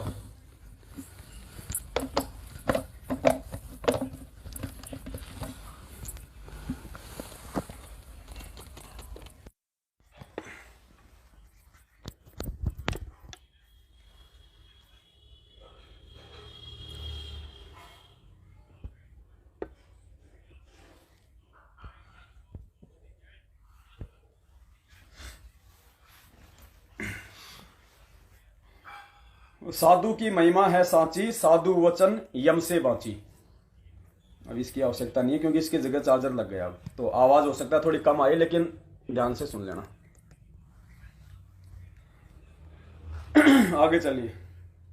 साधु इच्छा न मान की होती, साधु की मति ऐसी होती, कोई नहीं है साधु समान, अगम निगम का उसको जान। साधु इच्छा ना मान की होती। परमात्मा कहते हैं जो भगत होता है उसको किसी प्रकार की ना कोई इज्जत की कोई टेंशन होती है, ना कोई बेइज्जती की कोई टेंशन होती है। जिनको ज्ञान नहीं है वो बेइज्जती करते रहेंगे, वो राग द्वेष ईर्ष्या फैलाते रहेंगे, वो मेरे भगत को ठग भगोड़ा फलाना दिखना पता नहीं क्या क्या बोल के अपना जीवन बर्बाद कर लेंगे। तो साधु इच्छा ना मान की होती। इसलिए 1 साल हो गई दास ने उन भाइयों के खिलाफ कभी एक शब्द नहीं कहे। 1 साल से भी ज्यादा हो गया होगा। दास ने उनके खिलाफ कभी कोई शब्द नहीं कहे। अगर कहा है तो उनको समझाने के लिए कहा है, क्योंकि मैं उनके जैसा नहीं हो सकता। मैं ईंट का जवाब पत्थर से नहीं दे सकता। मैं किसी की व्यर्थ में निंदा चुगली करके परमेश्वर की कुदृष्टि का पात्र नहीं बनना चाहता। तो जो करेंगे अपना पाएंगे।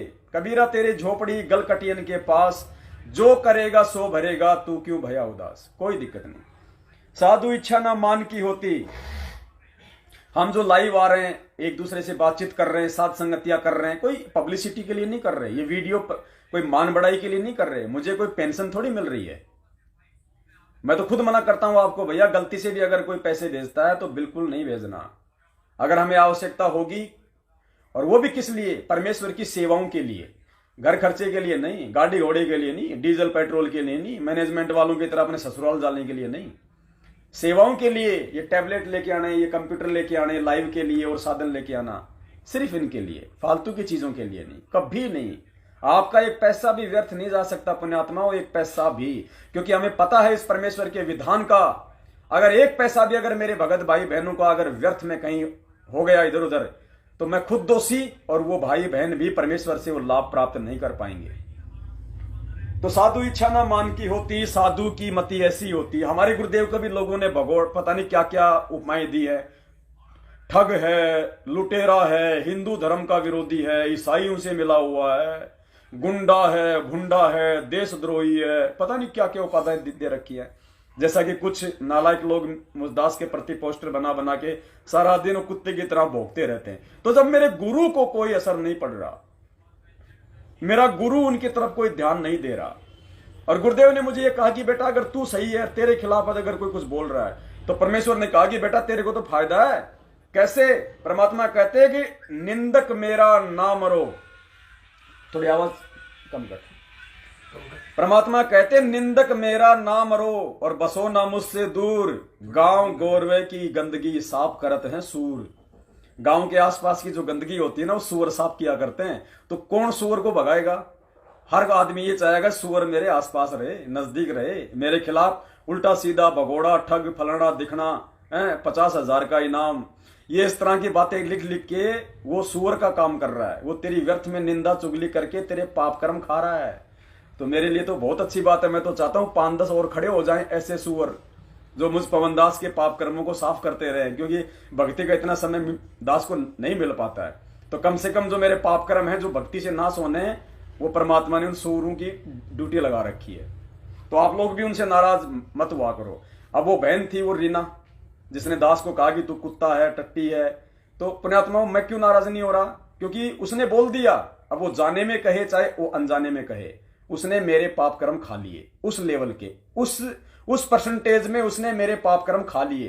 तो मैं ममता बहन को क्यों नहीं समझाऊंगा कि बहन जब मेरे पाप कर्म हल्के हो रहे हैं तो तू बीच में रोड़ा क्यों बन रही है, तू चुप रह, इनको खाने दे मेरे पाप कर्म, मुझे सतलोक जाना भाई। तो साधु इच्छा न मान की होती, साधु की मति ऐसी होती, कोई नहीं है साधु समान, अगम निगम का उसको ज्ञान। अगम निगम यानी अच्छे बुरे, भले बुरे की। अब परमेश्वर ने हमें भगत बना के तत्व ज्ञान देके अगम निगम का ज्ञान दे दिया। अगम निगम का कि अब क्या होगा मेरे साथ, अगर भक्ति नहीं करूंगा तो 84 लाख योनियों में जाऊंगा, काल की तपस्या का कष्ट झेलूंगा, परमात्मा से दूर हो गया तो काल मेरे को ठगेगा, मेरे सतनाम की भक्ति से पता नहीं मुझे देवता बना देगा, इंद्र बना देगा, महाइंद्र बना देगा, स्वर्ग लोक में भेज देगा, महास्वर्ग में भेज देगा, ब्रह्म लोक में भेज देगा, फिर वहां से मेरी जेब खाली करा के मुझे नीचे पटकेगा, फिर मुझे यहां राजा बना देगा, और फिर मुझे 84 लाख योनियों में ठोक के सुअर बना के दुनिया की जो है वो टट्टी भी खिला देगा। तो इसलिए परमात्मा कहते हैं जो साधु होगा वो अपने गुरुदेव के ज्ञान पे विचार करके उसको अगम निगम का ज्ञान हो जाएगा। अच्छा क्या है मेरे लिए बुरा क्या है, कौन सा जो कर्म है मेरे लिए अच्छा है, कौन सा जो कर्म है मेरे लिए बुरा है। तो कहते हैं कोई नहीं है साधु समान, अगम निगम का उसको ज्ञान। तन मन धन को साधा जिसने, दुर्बुद्धि को खो दिया जिसने, वो ही जग में साधु कहावे, नहीं तो जग में व्यर्था गवा। तन मन धन को साधा जिसने और दुर्बुद्धि को खो दिया जिसने, तो साफ अर्थ है, आप समझ गए होंगे। तन मन धन को साधा जिसने, परमात्मा कहते हैं कोई तन दुखी, कोई मन दुखी, कोई धन बिन रहे तो उदास। तो ये तीनों शब्द यहां है, तन मन धन को साधा जिसने। और मालिक की वाणी क्या कह रही है, कोई तन दुखी, कोई मन दुखी, कोई धन बिन रहे तो उदास, और थोड़े थोड़े सब दुखी, एक सुखी राम का दास, एक सुखी सतगुरु रामपाल जी का दास। तो परमात्मा कहते हैं जिनकी इच्छा इस ज्ञान आधार से इन चीजों से हट जाएगी, जो ना अच्छा पहनना, ना अच्छा खाना, फालतू का ये दिखावा करना, लोग ये मेरे भगत के अंदर नहीं होगी। उसने अपने तन को और अपने उस मन को साध लिया, उसको पता चल गया कि अगर ये प्राण निकल जाएं, दूसरे दिन इस शरीर को अगर नहीं फूका, नहीं गड़ाया, इसके अंदर जो है वो कीड़े चलने लग जाएंगे, ये सड़ जाएगा। आज जो तू सेंट लगा रहा है, इत्र लगा रहा है, परमात्मा की एक वाणी भी है ना, भाई इस काया का गर्व ना करियो, के काला के गोरा रे, बिना भजन कुछ काम ना आवे, चाहे सेंट छिड़को चारों ओर आ रे। इसका कोई यूज नहीं है। आज हम इस पे सेंट लगा रहे हैं, दुनिया को दिखा रहे हैं कि 1000 वाला सेंट है, दूर से महक आ रही है। परमात्मा कहते हैं कल मर गया, चौथे दिन इसके अंदर, दूसरे दिन इसके अंदर वो बदबू मारना शुरू कर देगा, तेरा सेंट भी नहीं दबा पाएगा। चूहा मरता है, कैसी बदबू आती है, उसे भी भयंकर बदबू आदमी की बॉडी में आती है। ये किसी काम की नहीं है ये शरीर। गुरुदेव ने बताया कि जानवर मर जाए तो उसकी हड्डियां काम आ जाए, उसकी खाल काम आ जाए, उसका मांस काम आ जाए खाने के लिए, जो खाते हैं जो ये दुर्बुद्धि लोग। अरे इंसान अगर तू मर गया तो तेरा तो ना लेटरिन काम आता, ना पेशाब काम आता, ना तेरी हड्डियां काम आती, ना लायक, तू तो किसी काम का नहीं। ये देह तो तेरे को परमात्मा ने केवल भक्ति के लिए दी है, तू अपना आत्म कल्याण करवा सकता है इस देह में, इसका ये फायदा है। तो परमात्मा कहते हैं इस प्रकार से उस भगत को इस शरीर का भी ज्ञान हो जाएगा। इसको कितना संवार लो, कितना नहा धो लो, मैल उतार लो, कितने अपना इत्र लगा लो, कितने अच्छे अच्छे कपड़े पहन लो।